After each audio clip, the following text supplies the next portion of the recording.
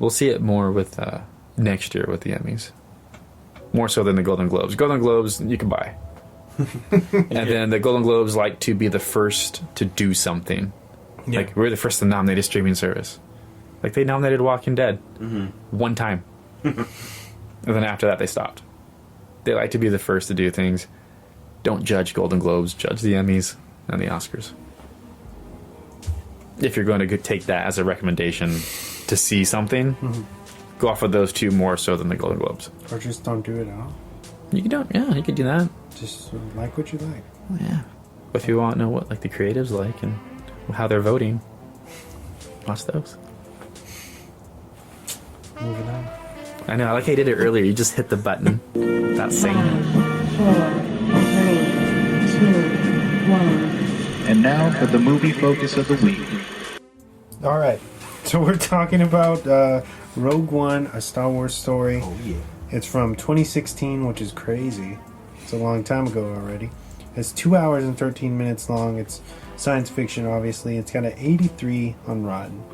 For the synopsis, I wrote, after having her father taken hostage by the Death Star, Jyn plots her revenge years later by joining the Rebel Alliance and attempting to infiltrate the dangerous ship.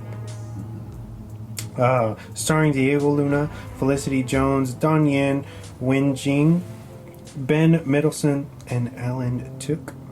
Directed by Garth Edwards and written by Chris Weiss. It's Alan Tudyk. Yeah? Yeah, because I was making fun of it for 2 dicks. Two. Yeah, no, it's true. Alan Tudyk. Thank you. It's so fun. Now everyone's going to remember 2 dicks. Watch, it's true. 2 dicks. Double dicks. Double dicks. Alan Tudyk. Double dipping. Yeah. Damn. All right. His girlfriend's a lucky girl. We went that side, right? All right. All right. Diego, this is your main focus of the week, so tell us why you chose this film outside of the obvious. I actually chose this film because it fills a lot of plot holes that were in Star Wars universe and stuff, and I love this movie stylistically. The cinematography in this is beautiful. Okay. I thought a lot of performances, and surprisingly, this is one of my favorite Star Wars movies. Okay. I agree to that. Yeah. So yeah, that's why I chose it. Nice. Not because Diego Luna's in it. Well, that's a plus. That's a plus. That's a special feature. Okay. Cool. That was like everybody bringing up Trump for you. You bring up. Yeah. Get it. Get it. I was notably gone for Y tu mamá también. Hey, you saw that we were doing that and you didn't say anything. I made a point like, oh, I see you guys are doing that. That's cool. I'm not invited. All right. You didn't. You weren't invited. And then I said, "Well, you could have came." And you were like, "No, I don't like staying up late when I have to work the next day." Yeah. Some shit like that. It's called being a responsible adult. Okay. I gotta work tomorrow. So do I. What time? I'm still here. 8. Gotta be there at 6:30. That's a personal choice, man. It's not a personal choice. I don't like Diego Luna, the actor. You don't? I do. Oh. Yeah. Yeah. He actually praised Y tu mamá también. Yeah, no, I love that movie. I heard someone hated it, though. But I liked it. I liked him in this movie. A good movie that he's in is Westerns, Open Range. Yeah. That's one that goes under the radar. He did a really good job in that Kevin one. Costner, yeah, that's great. But I liked him in this. I remember watching it, and he, the very beginning when he shoots the stormtroopers, and then the guy that he's trying to get information from, it's like, oh, Yeah. that sets a tone for this movie completely out of the norm from the others. I mean, they even retcon Han Solo shooting after Guido now. Did you know that? Actually, yeah. It's ridiculous. Han Solo shot first because he's a badass. Damn right I shot that.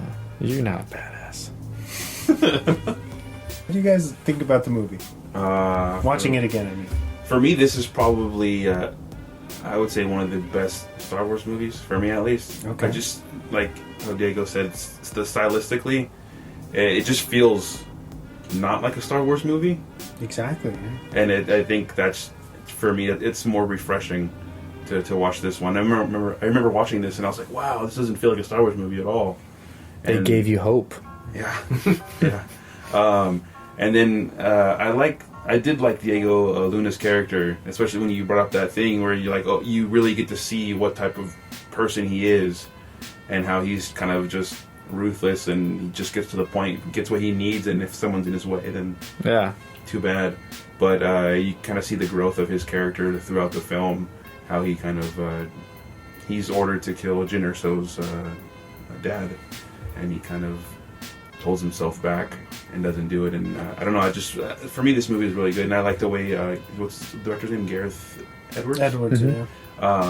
The way he shoots, he's able to depict scale and like how big things are. I think he's really good at that. Because I know he did a really good job with Godzilla, showing like how big he is, and I don't know. I think just the way he shoots is His wide shots are amazing. And Godzilla too, when he's Yeah. in the airport, you can see the foot in the background. I don't know. I just like this movie. Probably one of the best Star Wars movies ever. He was replaced on this film. Was he? Mhm. Oh, that's right. Yeah. Like The- how far into it were they? I think they were pretty much done. They reshot the third act Okay. because a lot of them were spoilers. Were supposed to survive because they all signed contracts on for No, sequels. yeah, I know. I think I've mentioned that before. They signed on for they had 2 movie deals, Yeah. 3 movie deals. So it's interesting. The one of the best parts of it, he had nothing to do with. I mean, it's like a 30-second part, Yeah, the but whole that's ending, right? Yeah. So The Flash. Oh, that love part, it. yeah. But it's interesting that this is one of the few Star Wars movies that's actually a war movie. Mm-hmm. Yeah. You I know? really like the beach scene, Yeah. the tropical beach scene. The with colors. yeah. Just seeing a the stormtrooper AT-ATs and- in the water yeah, is pretty badass. No, I really enjoyed it. Troopers. I'd say I said the hope thing because this gave you hope of what Disney can do outside of Skywalkers. And then they haven't done anything like that up until The Mandalorian. Mhm. So far, the 2 best things Disney has done with Star Wars is Rogue One and The Mandalorian, in my I opinion. agree with that. Yeah. Yeah. Yeah, I would it's have to definitely agree. more grittier, Mhm. darker films. And like what you said, they should have a rated R. Yeah, a rated R Darth Vader movie. I think that would be great. And I also think they wanted, because I know George Lucas was consultant in the last 2, actually the last 3 Star Wars now movies, and I think that gives somebody who's an experienced director and a script writer to do something great with this and move away from that stigma, because everybody's always going to judge you for the original Star Wars, regardless of how much money you put in it, how much you write in it, how much you create in it. There's always going to be that stigma of like sticking to the Skywalker stock. Well, they're always going to be compared. Yeah. I feel like any But- Star Wars movie that comes out, it's going to Yeah. be like, oh, was it as good as The New Hope? Yeah. Yeah. Or whatever. But I think now with the Mandalorian, you could see that, like you guys said, like that this is what Disney really needs to do. They can't go PG on some of this stuff now. Like that's my opinion. Maybe PG-13. Or Friends of the Sith, I think it's the Yeah. only one that's PG-13, right? Yeah, They can. They're never going to go rated R. I know. No, that- yeah, I- Yeah, that's never going to happen. Yeah. But the way they could go on with the stories besides Skywalkers, they're going to have to. That's the plan. It's going to be interesting.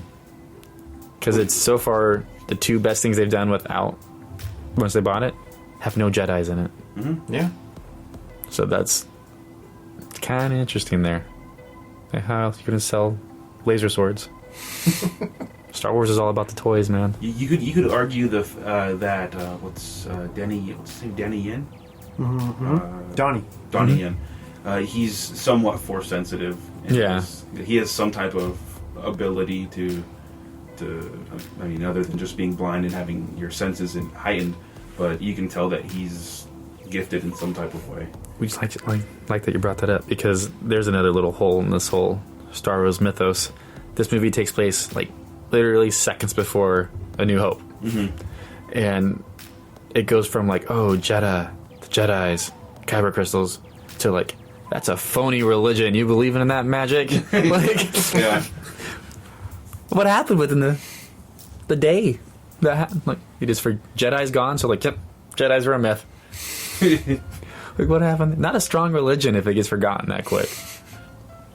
How long ago in the time frame was it from like when the last time someone saw a Jedi to A New Hope? I mean, episode 3. 18 years. How old is Skywalker supposed to be? 18, 24? Around there. He So was early 24 20s. and So right around there. And the last person to see the Jedi was Princess Leia's dad. Yeah, and he's in it. Yeah, and That was he a cool little. and he cameo. said like, I know of a guy. He's been on blah blah blah blah. "What blah. about your Jedi friend?" Yeah. So like they all know. So I don't know why they look at Luke like, oh, I don't know. I don't get it. I don't get that part. It's a little plot hole for assholes like us to pick. Yeah, it really is. I've just never been a fan of Luke. I've always been a Han Solo fan. really? Yeah. I like watching the original three. Makes sense. I love you. I know. That's such a badass line. The Family Guy one's the You best hear one this, though. Natalie? I do love Natalie, and she loves me, and I know that. Okay. But you see all the Family Guy version of that line, right? Where Lois is playing Princess Leia, and Peter's Han Solo, and she goes, "I love you," and he goes, "Fuck you." they freeze him in carbonite. Oh my god, I haven't seen that. Oh, That's funny. that's worth it. Yeah, but I love this movie. It's a great movie. What do you think, Wes? It's the best movie. It's a fantastic movie. Why do I have to go after this guy? Shit. He said everything. No, I really love this film. Like Diego was saying, cinematography is beautiful. I love that they pull away from the Jedi mythos and kind of make it its own standalone thing. It's gritty, which is pretty interesting how dark it still is, because that's why they did the reshoots, because Disney was like, whoa, what the fuck are you guys making here? But it still comes off as pretty grim. Oh yeah. But I love that about about this film. I feel like it is definitely like top tier for me as far as everything. Totally sets the tone for when you're going into the original trilogy, for everybody who loves those films. All the characters killed it. I love Felicity Jones as Jin.